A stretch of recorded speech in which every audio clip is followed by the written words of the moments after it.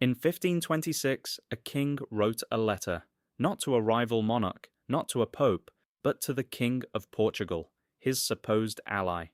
The letter begged him to stop. Ships were arriving on his coast every week, he wrote, and they were emptying his kingdom of people. Our own citizens, sons of this country, carried away in chains.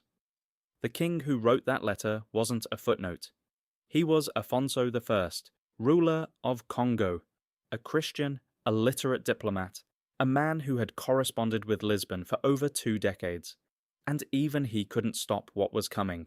This is the story of how that trade started, not with a single villain, and not with a single victim, but with a chain of decisions made by kings, sailors, and merchants across 2 continents, each one thinking they were playing their own game. By the end, they'd built a system that would move over 12 million people across an ocean. We're starting at the beginning, before the Middle Passage, before the Sugar Islands, before any of it had a name.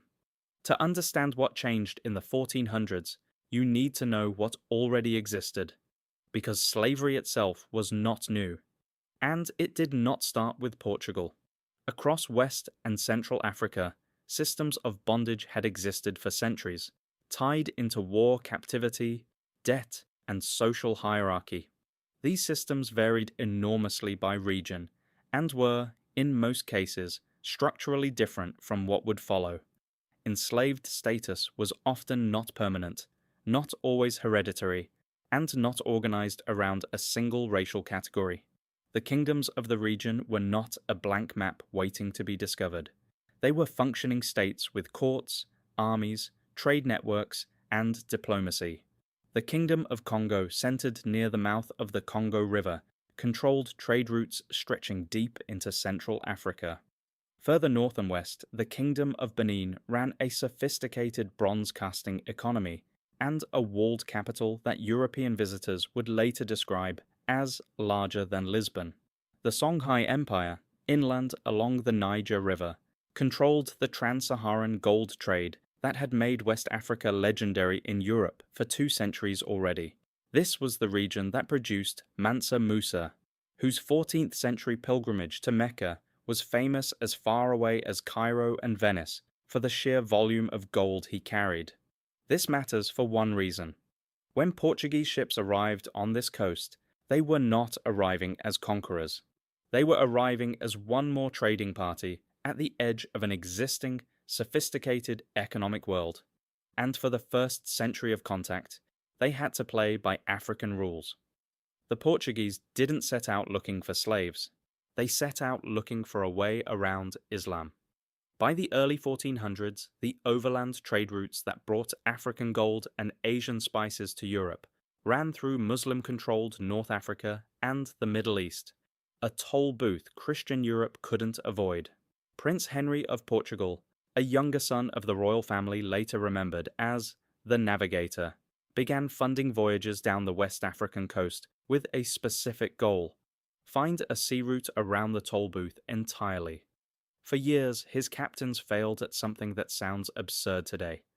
They couldn't get past Cape Bojador, a stretch of West African coastline with brutal currents and shallow reefs that had drowned enough sailors to become, in the European imagination, the literal edge of the navigable world. Sailors believed the waters beyond it boiled. In 1434, a captain named Gil Inez finally rounded it and came back alive. The psychological barrier broke as much as the geographic one. Over the next 2 decades, Portuguese ships crept steadily south, past the Senegal River, past Cape Verde, into the Gulf of Guinea, mapping a coastline no European power had systematically charted before. What they found wasn't empty land.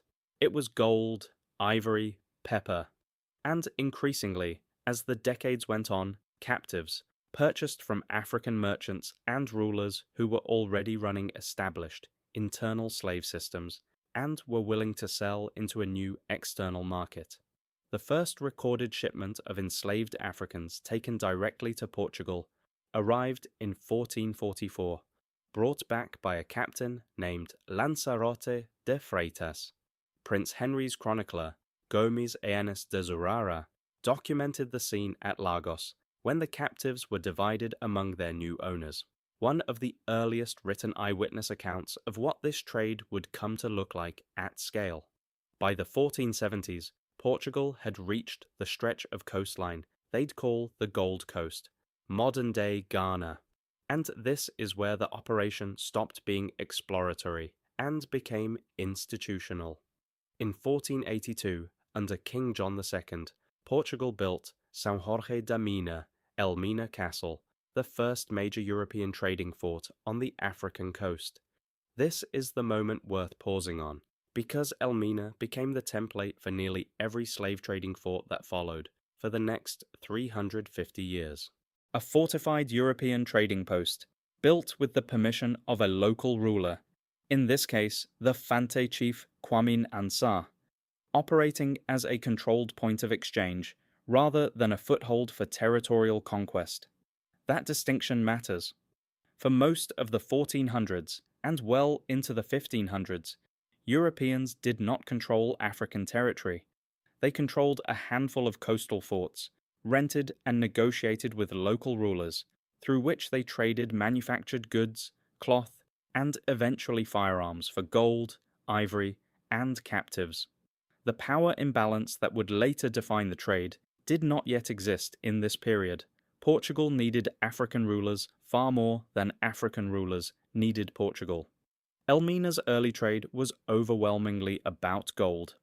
The fort's name literally means the mine, with enslaved people initially a secondary commodity, often purchased further down the coast and sold at Elmina to other African buyers, or shipped north to Portugal and the Atlantic Islands, rather than across to the Americas, which hadn't been reached yet. That was about to change.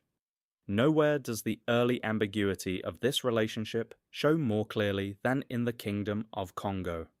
In 1483, Portuguese explorer Diogo Cao reached the mouth of the Congo River and made contact with the Congo court. What followed was, by the standards of the era, a genuine diplomatic relationship, not a conquest. The Congo king Nzinga Ankavu converted to Christianity, took the baptismal name João, and sent his own son to be educated in Lisbon. That son became King Afonso I in 1509, and he is one of the most fascinating figures in this entire early period. A Christian, literate African monarch who wrote fluent Portuguese, corresponded directly with the Portuguese crown, and attempted to use the relationship with Lisbon to strengthen and modernize his own kingdom, importing priests, craftsmen, and technology. But the same Portuguese ships that brought priests also brought merchants, and Portuguese, and increasingly mixed-race traders operating in Congo began purchasing captives on a scale that started destabilizing the kingdom's own internal order. By the 1520s, Afonso was writing repeatedly to the Portuguese king João III, describing a trade spiraling outside anyone's control, including his own. Merchants kidnapping free Congolese subjects, rather than trading only in captives lawfully sold, and Portuguese agents operating with near impunity inside his territory. Afonso never got the response he wanted. The trade didn't stop. It grew, and Congo's own political structure began fracturing under the weight of it over the following century. This is the detail worth sitting with. The transatlantic slave trade was not simply something done to Africa by Europe. It was something that emerged from within specific, real relationships, alliances, conversions, correspondence, that curdled under economic pressure, neither side fully controlled once it started. Afonso's letters are proof that African rulers saw exactly what was happening in real time, and that seeing it clearly wasn't enough to stop it. Before there was a middle passage to the Americas, there was a shorter, earlier crossing that gets skipped in most tellings, to the Atlantic Islands.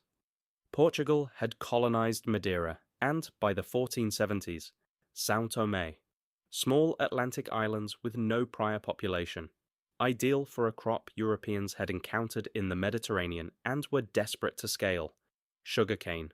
Sugar was brutally labor-intensive to cultivate and process, and Madeira and São Tomé became the first laboratories where enslaved African labor was applied to plantation-style sugar agriculture on a systematic, profit-driven basis. This is the direct rehearsal for everything that followed in the Caribbean and Brazil. The crop, the plantation model, the reliance on enslaved labor at scale, all of it was tested here first, decades before Columbus ever reached the Caribbean. By the time Spain's colonies created a demand for labor in the Americas, Portugal already had a working system to expand. By 1500, Portugal had built every piece of the machine except its final destination.